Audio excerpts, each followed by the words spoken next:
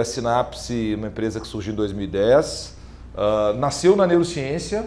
Isso é o que a gente acredita, que a aprendizagem ativa é uma forma de fazer as pessoas perceberem por si só a melhor solução. Nós utilizamos a aprendizagem ativa nesses 3 cenários para grandes audiências, onde a gente trabalha com técnicas de oratória.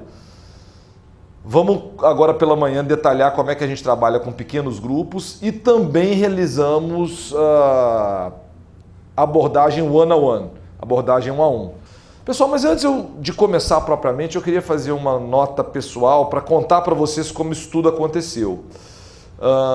Eu tive uma carreira médica linear até o dia que eu conheci essa pirâmide, ela mudou minha vida. Nela, o indivíduo que me apresentou disse o seguinte: quando você dá uma palestra, quem assiste guarda 5% do que você fala e quem dá a palestra guarda 80% do que falou. Em que contexto eu conheci essa pirâmide? Eu me formei em medicina, fiz neurologia, mestrado em cefaleia, faculdade e comecei a dar aula como speaker. Comecei a viajar o Brasil todo. Em 2008 a gente foi em praticamente todas as cidades com mais de 500 mil habitantes. Foi um ano intenso. E certa feita em Maranhão, São Luís, um colega me fez uma pergunta no jantar, logo após o evento, que me fez pensar o seguinte: ou ele foi ao banheiro durante a aula, ou ele não prestou atenção, porque ele estava me perguntando assim, algo que eu tinha dito de claro e bom som 30 minutos antes.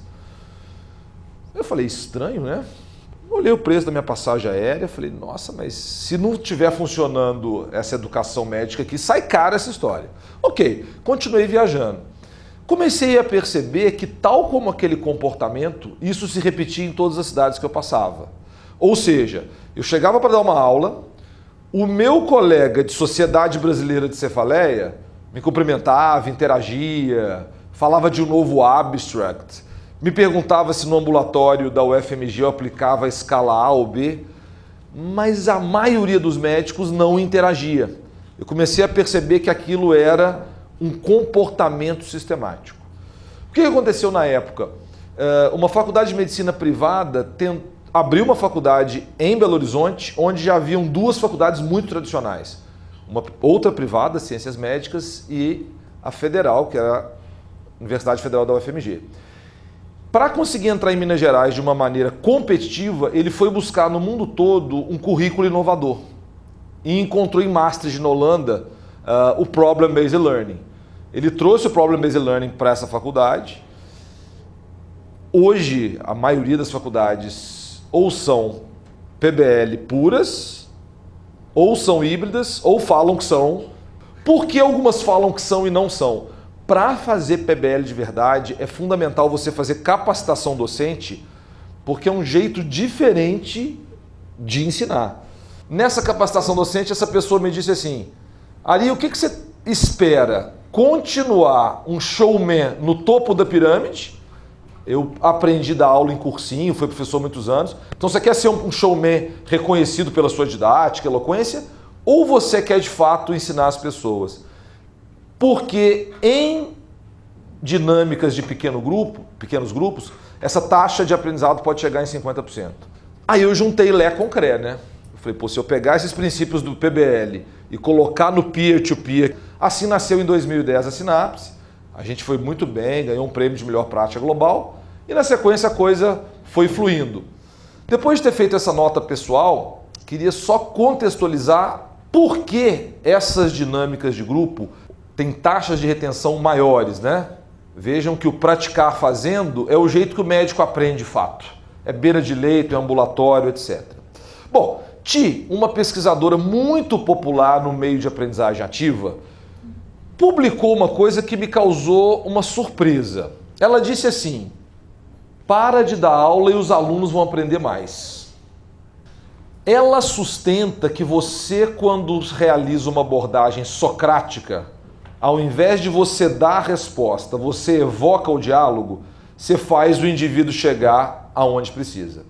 Então, é um contrassenso quando você vê uma coisa assim, ela coloca no artigo, suprima slides, tire informação da sua aula, faça o indivíduo chegar onde você quer. mas não dê de forma direta. E finalmente, um dos primeiros educadores no PBL, ele é muito popular, o Eric Mazur, chegou a uma conclusão parecida que foi: os alunos aprendem mais quando eles falam. Então esses são os fundamentos teóricos de por que colocar aqueles indivíduos que não interagiam no evento e 30 minutos depois parece que não haviam assistido a aula, ficaram nos 5%. Por que colocar esses indivíduos para falar? É fundamental colocar esses indivíduos, eles têm que falar. Isso faz parte do processo de aprendizado. E nessa época cruzou na minha vida também um livro que me fez ver que os alunos, mais notadamente os médicos, não são iguais. O que esse livro mostra? Esse livro, hoje, ele é uma espécie de bíblia para adoção de inovação. Então, estamos colocando agora patinete para rodar em São Paulo. Você vai ver claramente que alguém que viu a primeira vez quer andar e nem sabe como funciona. A gente chama esse indivíduo de entusiasta. Tudo que é novo eu quero. Lançou um iPhone novo eu quero, não sei nem se vale a pena. Depois vem os visionários, indivíduos que, no caso da medicina, são chamados de KOL, Key Opinion Leaders. Eles é que vão definir o futuro da adoção ou não de uma inovação. Rogers, que foi um engenheiro agrônomo e que definiu essa curva, saiu perguntando para produtores rurais em Iowa o que te fez adotar uma nova tecnologia. E ele descobriu que não era a palestra do professor que desenvolveu a inovação, nem o outdoor na estrada, nem a visita do vendedor da empresa. O que fazia um indivíduo adotar uma nova tecnologia era o que o vizinho fez. E aí ele começou a medir uma série de variáveis, incluindo o odômetro do carro dos indivíduos. E descobriu uma coisa interessante. Os visionários gostam de interagir com indústria, academia, colegas. Eles são muito cosmopolitas. Vocês já perceberam que médico bom viaja muito? Ou o Rogers está enganado? Adora viajar, congressos, se informar. Os KOLs são indivíduos que têm muito essa porosidade. Depois deles vem um grupo que na medicina dizem assim, quando questionados de se adotarão ou não uma inovação: eu não serei o primeiro, nem o último. Depois que o status quo se estabelece, o conservador vem. E finalmente a gente tem os céticos. Céticos são aqueles indivíduos que, se eu pegar a metáfora do iPhone, usam aquele celularzinho Nokia até hoje. Repara para você ver em raio-x de aeroporto como vira e mexe alguém tira um telefone daqueles. É típico o comportamento desses indivíduos do ponto de vista de personalidade. Há poucos dias eu peguei um táxi em São Paulo que me disse assim: pô, você acredita que entrou um cara aqui agora que não sabia falar português? Não dá para o cara aprender português antes de vir para cá? Amigo, só usa aplicativo para colocar o endereço? Que aplicativo? Conheço São Paulo quase todo, onde eu não conheço, olha o livro aqui, ó. Tem indivíduos que são apegados ao velho, tem muita dificuldade de mudar comportamento. A gente os chama de cético. Gente, para resumir, por que eu estou mostrando essa curva e falei do PBL? Nós criamos uma metodologia que a gente batizou de Synapse Based Learning. Ela foi batizada com esse nome ano passado. Nós apresentamos esse paper num congresso no Vale do Silício, comparando essa metodologia com a aula tradicional, uma parceria da nossa empresa, o FMG, a Faculdade de Erasmus em Roterdã. Por que esse novo nome? A gente usava PBL no nome. Os nossos pares, quem trabalha com PBL, disse assim para mim: Ari, você criou uma variação da metodologia. O que você faz não é PBL de fato. E, já que você criou alguma coisa nova, envelopa isso com um nome próprio. Você não vai ter problema com seus pares e diferencia de certa forma o que você faz. Então o que é o Synapse Based Learning? A gente pega aquela curva e transporta para essa mesa, onde eu terei um moderador, que serão vocês, indivíduos que são capacitados em escutatória. A gente convida um indivíduo que a gente denominou de gabarito, externamente a gente chama ele de convidado. É alguém que vai te permitir ter um papel mais socrático, poder fazer mais perguntas e tirar de você o peso de ter que passar toda a informação. E a mesa é composta assim: Pode haver um entusiasta, nós chamamos pelo menos 2 visionários, que são os nossos influencers, e o restante serão compostos por indivíduos conservadores e pragmáticos. Eu queria só colocar de uma maneira mais simples o que eu acabei de mostrar. Aqui eu tenho moderador, gabarito, influenciadores, que são os participantes muito experientes, e finalmente os participantes menos experientes na mesa. Vou falar uma coisa importante agora. Na aprendizagem ativa, para quem não conhece, parece que a gente está fazendo uma coisa solta. Às vezes acontece com uma tamanha fluidez que parece um bate-papo. Na realidade, o moderador sabe os objetivos de aprendizagem que ele quer atingir. Vejam que o moderador é um indivíduo que age na mesa como um armador do futebol. Ele sabe onde ele quer chegar. Ele lança a bola para a área e conta que os participantes experientes marquem um gol. Ou seja, o que eu quero ensinar é o gol, eu crio com uma pergunta uma situação para que esses participantes o façam. Se não acontecer, na segunda trave você tem o gabarito que garante que esse objetivo de aprendizagem seja atingido. Basicamente essa metodologia. Eu vou mostrar para vocês um resumo do que eu falei agora num vídeo de...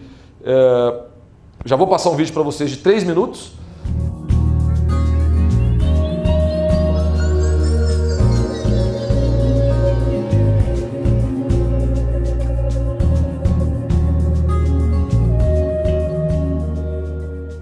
Quando você pensa em aprendizado, provavelmente você pensa numa cena como essa, certo? Mas ela definitivamente não é a melhor forma para se aprender algo. Em palestras tradicionais, a taxa média de retenção de conhecimento é de apenas 5% para a audiência e de 80% para o palestrante. Então, quem é que aprende de verdade numa aula expositiva? Outras ferramentas de ensino aumentam consideravelmente esse aprendizado. As discussões de grupo, em especial, quando bem estruturadas, elevam essa taxa de retenção para em torno de 50%. Por isso foi criado o método SBL, Synapse Based Learning, um híbrido de aula expositiva e o grupo tutorial do Problem Based Learning, PBL. O método é uma discussão de uma situação-problema em pequenos grupos, com 8 a 16 participantes. Com 1h30 de duração, a discussão promove a interação entre participantes com diferentes perfis, conforme a curva de adoção de inovação. Vejamos como são esses perfis. Entusiastas, considerados aventureiros, sempre dispostos a abraçar tudo que é novidade. Líderes de opinião, fundamentais como influenciadores. Em geral, são tidos como referência de vanguarda no mercado. Pragmáticos, nem os primeiros nem os últimos, sabe como é? Tendem a ponderar mais sobre suas decisões. Conservadores, muito cautelosos, mais desconfiados. Céticos, muito resistentes, super conservadores nas suas preferências. A ideia é promover a interação entre pares, numa forma de aprendizagem interpessoal. Para isso, a gente compõe a mesa assim. A discussão é liderada por um moderador pré-treinado. O professor tradicional se torna um convidado especial chamado gabarito. E, como convidados, chamamos 1 ou 2 entusiastas, pelo menos 2 líderes de opinião no assunto discutido, 6 a 8 pragmáticos, 4 a 6 conservadores. E os céticos? Bom, vamos deixá-los de fora deste método. E como funciona a discussão? O moderador usa um slide kit como roteiro. Antes do debate em si, ele faz a ativação de conhecimentos prévios com a exposição de dados que contextualizam o problema. Na sequência, apresenta o problema e promove a interação sobre diagnóstico diferencial e tratamento baseado em evidência, confrontando as vivências. Após a discussão, a solução é apresentada também no formato expositivo. A implementação da metodologia passa por várias etapas, da definição dos objetivos da aprendizagem, passando pela elaboração da situação-problema, o desenvolvimento do Slide Kit, a seleção dos moderadores, a capacitação dos moderadores em uma oficina de treinamento, até a realização dos encontros.